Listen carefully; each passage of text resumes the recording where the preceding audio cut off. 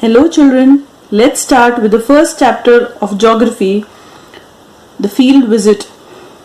Rahul is going on a field visit with his classmates and the school teachers from Naldurg in Osmanabad district to Alibag in the Raigad district.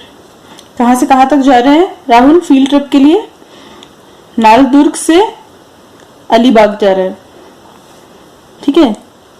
The school has engaged a special bus from the state transport for this purpose. तो school ने एक special बस arrange किया है state transport से. Rahul and his classmates have organized this visit under their teachers' guidance. Rahul और उसके friends ने उनके टीचर की गाइडेंस से मिलकर ये ट्रिप ऑर्गेनाइज किया है. Let's find out how the students are experiencing the changes occurring in the relief, soil, vegetation and human settlements as they travel from Naldurg to Alibag. तो अभी हम देखेंगे कि रास्ते में वो लोग क्या क्या देखते हैं, क्या एक्सपीरियंस करते हैं. ठीक है. ये मतलब किस तरह का वो सॉइल देखते हैं, कैसा वेजिटेशन देखते हैं, कैसे टाइप के घर है लोगों के रास्ते में, वो सब ये लोग डिस्क्राइब करेंगे. Go through the following conversation between the teacher and the students. देखिए ये मैप पे वो दिख रहा है. नालदुर्ग से ये लोग जा रहे हैं सोलापुर, इंदापुर, फिर उराली कांचन, हड़पसर, सिंहगढ़, फिर पुणे, लोनावला, खोपोली और Alibag. Besides the personal luggage and the I-card, students are carrying the following items with them. Personal luggage और आई कार्ड के अलावा बच्चे क्या लेकर जा रहे हैं? Bag, binoculars, bottles, camera, notepad and pen, cap. What is this? Compass, first aid and the map. So day 1 6 hours मतलब सुबह के 6 बजे टीचर बोलती है बच्चों से, dear students, now we have left Naldurg and we are on our way to Solapur. हमने देखा था ना मैप पे. नालदुर्ग के बाद क्या था? First stop Solapur. We will have our breakfast at Solapur and our lunch near Sinhagad, Pune. Now all of you should observe both the sides along the roads and note down the observations in the notebook with reference to these points. तो teacher क्या बोलती है कि अभी हम नालदुर्ग से निकल गए हैं, हम सोलापुर जा रहे हैं, हम सोलापुर में ब्रेकफास्ट करेंगे और फिर हम सिंहगढ़ में लंच करेंगे. और हम अभी रास्ते में आपको दोनों रोड के दोनों तरफ सब कुछ ऑब्जर्व करना है और अपने नोटबुक में चीजें पॉइंट्स नोट डाउन करनी है. क्या क्या नोट करना है? Relief, water bodies, vegetation, soil, agriculture, human settlements and settlement patterns.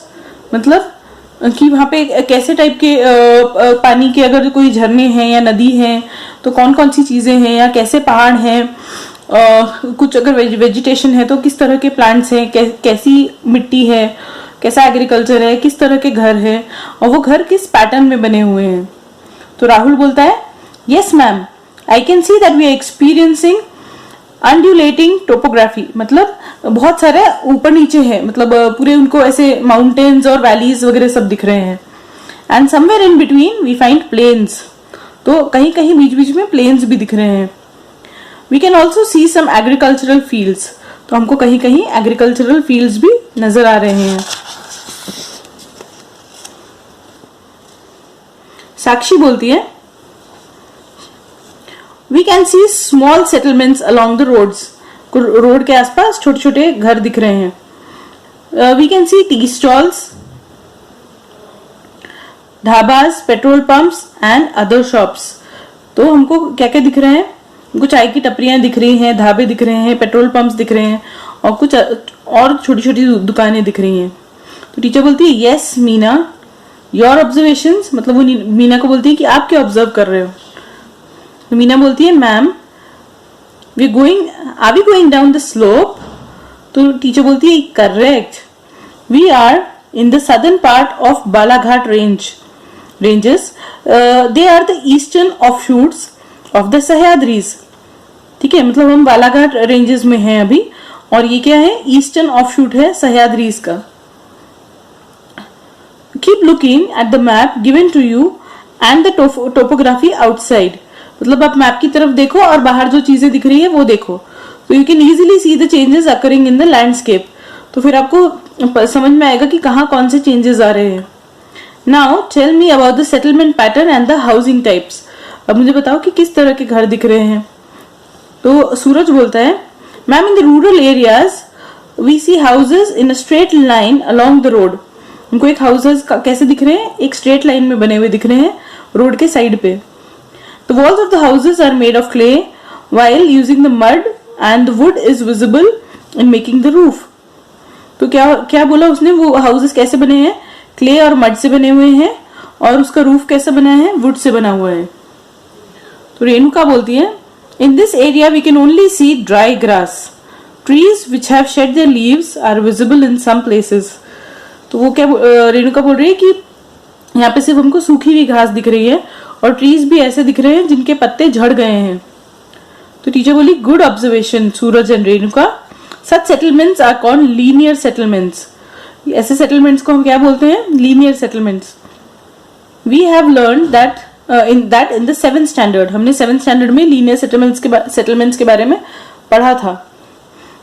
The houses which you saw are called mud and wood houses. क्या बोलते हैं उनको, मड एंड वुड हाउसेस, धाब्याची घरे। These are the traditional houses built by specific method। भी traditional houses हैं और कुछ एक स्पेसिफिक तरीके से ये बनते हैं। The vegetation here belongs to the dry deciduous type. They shed their leaves during the specific season। यहाँ का जो वेजिटेशन है वो एक स्पेसिफिक टाइप का है और एक स्पेसिफिक सीजन में यहाँ पे वो पेड़ों के सारे पत्ते झड़ जाते हैं। After some time they reach the Solapur city. वो थोड़ी देर के बाद सब लोग सोलापुर सिटी पहुंच जाते हैं। फिर टीचर बोलती है, now we have reached the Solapur city. In the urban areas the population density is high. तो यहाँ पे कैसा है कि शहर में पॉपुलेशन ज्यादा है। We will see multi storeyed houses. मतलब हमको बिल्डिंग्स दिखेंगी, मतलब मल्टी स्टोरेड बिल्डिंग्स मतलब ऊंची बिल्डिंग्स जिनमें बहुत सारे फ्लोर्स होते हैं। They are made up of mixture of cement, sand, rubble and water. तो सीमेंट के और स्ट्रॉन्ग घर दिखेंगे, बिल्डिंग्स दिखेंगे। They are constructed using bricks. Bricks से बने हुए घर मतलब buildings. Shops with modern amenities like shopping malls, big restaurants etcetera are found along the roads. अब यहाँ पे क्योंकि शहर आ गया है तो हमको क्या दिखेगा, आसपास शॉपिंग मॉल्स, बिग रेस्टोरेंट्स, ये सब चीजें दिखेंगी, शहरों वाली चीजें। Students started observing the distinctive characteristics of the urban area. After some time, the teachers asked Rahul to distribute the breakfast packets among the students, and they all had their breakfast. तो ये सब चीजें observe करने के बाद शहर का पूरा में क्या डिफरेंस है गांव में और शहर में, वो सब नोट करने के बाद फिर टीचर ने राहुल को बोला कि सबको ब्रेकफास्ट डिस्ट्रीब्यूट कर दो, और फिर सबने वहां पे बैठ के ब्रेकफास्ट किया। Teacher, now we are crossing the Solapur city. Dear students, see the cultivation around. What do you see? Observe and tell. अब टीचर क्या बोलती है कि हम सोलापुर सिटी क्रॉस कर रहे हैं। बच्चों, आसपास का कल्टीवेशन देखो कि कैसे प्लांट्स हैं या क्या आपको ग्रीनरी दिख रही है, आपको क्या दिख रहा है, ऑब्जर्व करो और बताओ। So the children observed both the sides of the road and started writing their observations in their notebooks. This continued for a long time. तो मैम के बोलने, जैसा कि मैम ने बोला था, सब लोग आसपास सब ऑब्जर्व करने लगे और अपने नोटबुक में लिखने लग गए, और ये चीज काफी टाइम तक चलती रही। Savitri, ma'am I find that field are greener here. Ma'am यहाँ पे ना जो फील्ड्स हैं, जो खेत हैं, वो ज्यादा ग्रीन है, क्योंकि आपको याद है थोड़ी देर पहले उन्होंने देखा था कि सारे पेड़ सूखे हुए थे, तो अभी उनको ग्रीनरी दिख रही है। When we had left Naldurg, we had seen shrub crops and there was some sugarcane, but now I can see that it is mainly sugarcane being cultivated here. तो वो क्या बोली कि हम लोग जब नालदुर्ग से निकले थे तब कुछ श्रब्स थे, मतलब बहुत छोटे छोटे प्लांट्स थे और थोड़ा बहुत शुगर केन का कल्टीवेशन था, बट यहाँ पर शुगर केन ज्यादा दिख रहा है। तो टीचर बोलती है correct. When we had left Naldurg, we had seen cultivation of moong, urad and other pulses, but now it's mainly sugarcane. जब हम नालदुर्ग से निकले थे तो हम वहाँ पे अलग अलग चीजें लगी थी, ज्यादातर दाल लगी हुई थी, बट यहाँ पे ज्यादातर शुगर केन लगा हुआ है. This is because the availability of irrigation facilities, क्योंकि यहाँ पे इरिगेशन के फैसिलिटीज हैं. सावित्री बोलती है, yes madam, we had crossed canal some time ago, हमने थोड़ी देर पहले कैनाल क्रॉस किया था. And now I can see a large reservoir here. Which is the reservoir madam? बोलती कि ये रिजर्वॉयर कौन सा रिजर्वॉयर है? Near Indapur. The teacher asked the bus driver to stop at the roadside. The students got down in a line and gathered around the teachers in a disciplined way. तो इंदापुर के पास क्या होता है कि टीचर सबको बोलती कि बस ड्राइवर को रुकने के लिए बोलती है और बच्चे सब नीचे उतर जाते हैं, लाइन से नीचे उतरते हैं और टीचर्स के पास खड़े रहते हैं डिसिप्लिन तरीके से बिल्कुल. तो मैम बोलती है, टीचर बोलती है, refer to your maps as shown there. What you can see to our right are the backwaters of the Ujjani Dam built on the river Bhima.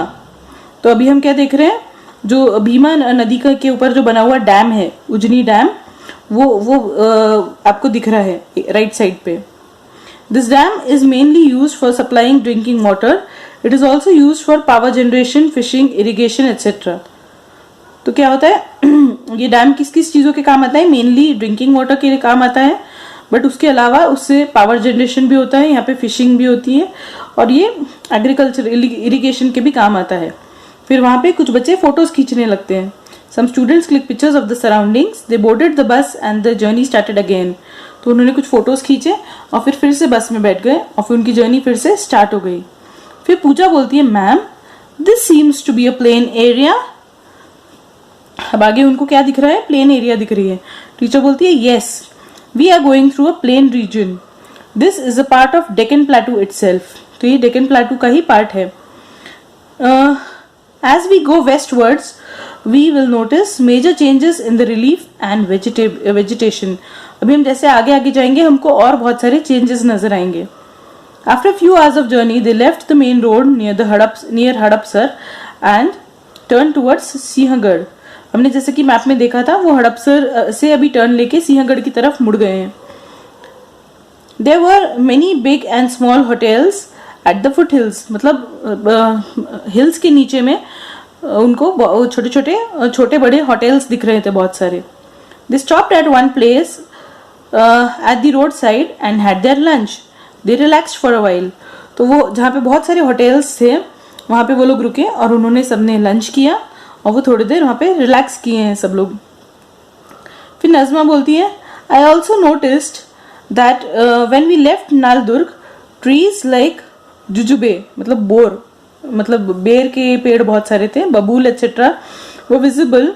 Any one should be there but here different trees are seen. तो कैसे वहाँ पे सब bore और बबूल के झाड़ दिख रहे थे, पर यहाँ पे तो सारे अलग टाइप के पेड़ हैं. टीचर बोलती है, good. While crossing Naldurg, we saw semi-arid thorny types of vegetation. Change in the type of vegetation is an indicator that the change in the amount of rainfall in that area. तो teacher बोल रही है कि हाँ, नालदुर्ग से जब हम निकले थे तब थॉर्नी टाइप के प्लांट्स थे और यहाँ पे अलग टाइप के प्लांट्स है. अगर प्लांट्स अलग होते हैं मतलब कि उस एरिया में रेनफॉल का भी बहुत डिफरेंट होता है, कहीं कम बारिश आती है कहीं ज़्यादा आती है, उसके हिसाब से प्लांट्स उगते हैं. We see that अंजन मतलब ironwood, banyan and people trees are more in number here. तो अभी यहाँ पे कौन कौन से ट्रीज हैं? banyan और people trees हैं, ironwood के ट्रीज हैं. All right, now we have reached the foothills of Sinhagad. हम सिंहगढ़ से नीचे पहुँच गए हैं हिल्स के पास. Now we'll climb to the top and you will see offshoots of the western ghats.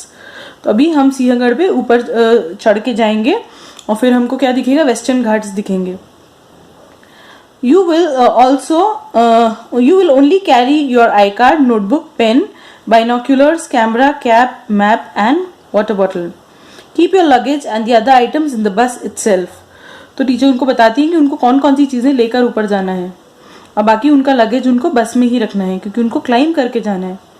When they started climbing the Sinhagad fort, it was quite sunny at first. जब उन्होंने climb करना स्टार्ट किया तो पहले धूप निकली हुई थी. Then it became cloudy. फिर बाद में क्या हुआ, बादल छाने लगे. Later it also started drizzling and the students enjoyed eating the steamy groundnuts, buttermilk and curd on their way.